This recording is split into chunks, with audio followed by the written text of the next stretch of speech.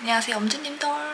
제가 곧 이만 기념 Q&A를 제가 커뮤니티에 올렸거든요. 질문을 많이 달아주시면 제가 답변을 해드린다고 약속을 해서 Q&A 시간을 갖도록 해보겠습니다. 제가 다 하나하나 읽어봤거든요. 스타일리스트에 대해서 궁금하신 분들이 꽤 많더라고요. 공통적인 내용인 것 같아서 제가 묶어서 한번 천천히 알려드릴게요. 스타일리스트란 직업을 하게 된 이유, 동기가 궁금합니다. 그리고 어떻게 처음 시작하셨는지 이렇게 질문했는데, 그냥 어렸을 때부터 막연하게 옷이 좋았어요. 옷 입는 게 재밌고 막 친구들한테 추천을 해주고 같이 막 쇼핑 다니고 막 이런 게 그냥 좋았던 거죠. 우연히 TV를 보는데 스타일리스트가 나와서 이렇게 일반 사람들을 드레스업 해주고 막 이런 프로그램이었거든요. 뭐 머리부터 발끝까지. 저런 직업도 있구나 그때 알았던 것 같아요. 20살 초반에. 내가 옷을 좋아하니까 내가 저런 직업을 선택해도 되게 재밌지 않을까? 뭐 이런 단순한 생각이 컸던 것 같아. 스타일리스트가 되기 위한 관련 학과 뭐 이런 걸 찾아보고 알아보다가 그렇게 붙어서 이제 학교를 전무적인 과정을 받았죠.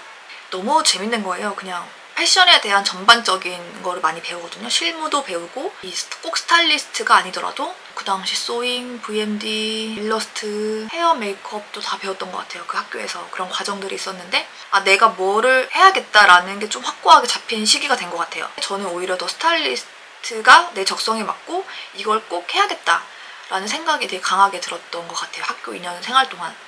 어씨 시절은 몇 년 동안 하셨는지, 언제부터 실장으로 하셨는지, 일하게 되셨는지 궁금해요. 이런 질문이 있으셨는데, 제가 23살 대학을 졸업하고 바로 일을 시작했거든요.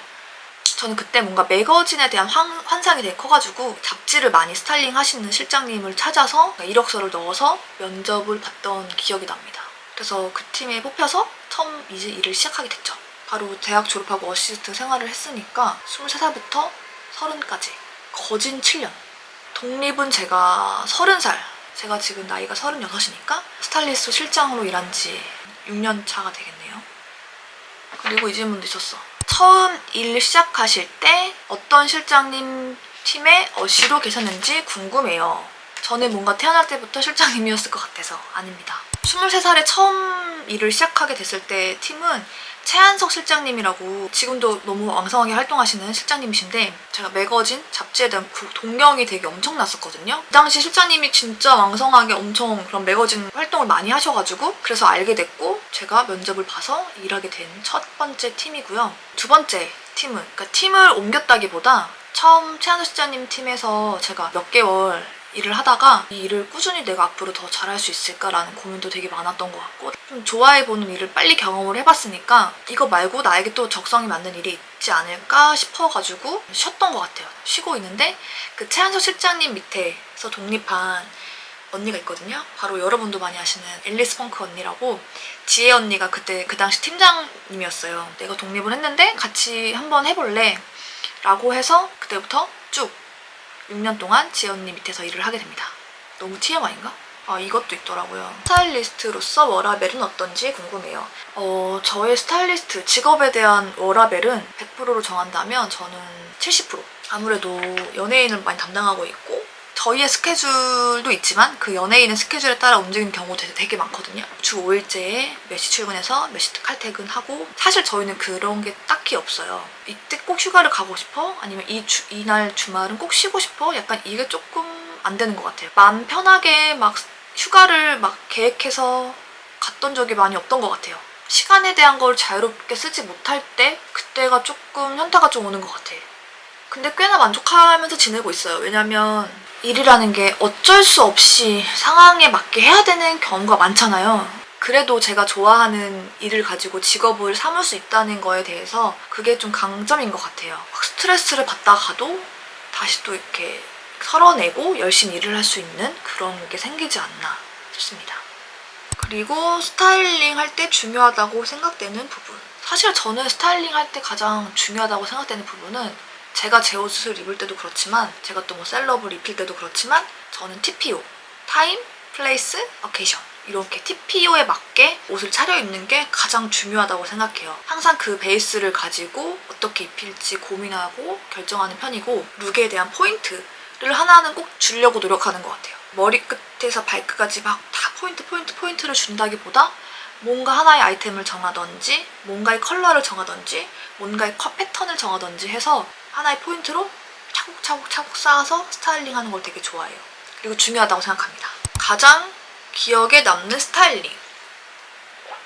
사실 다 제가 공을 들여서 한 스타일링이니까 다 좋은데, 일단 첫 번째는 그 태연의 What Do I Call You라는 앨범에서 뮤비 속에 입었던 느낌의 의상들 있잖아요. 촬영하고 되게 만족스러웠어요. 왜냐면 기존에 태연이 하지 않았던 스타일이었던 것 같거든요. 제가 생각했을 때는 그 오버사이즈 자켓에 티셔츠 매치해서 이렇게 반바지랑 레이어드해서 볼캡 쓴 거, 이런 매니쉬하고 보이시한 느낌도 소화를 한다 싶었고 예뻤고, 이전과는 다른 태연의 느낌을 조금 더 발견했던 계기가 된 것 같아서 그 What Do I Call You 스타일링 좋아하고요. 너무 내 자랑 같나?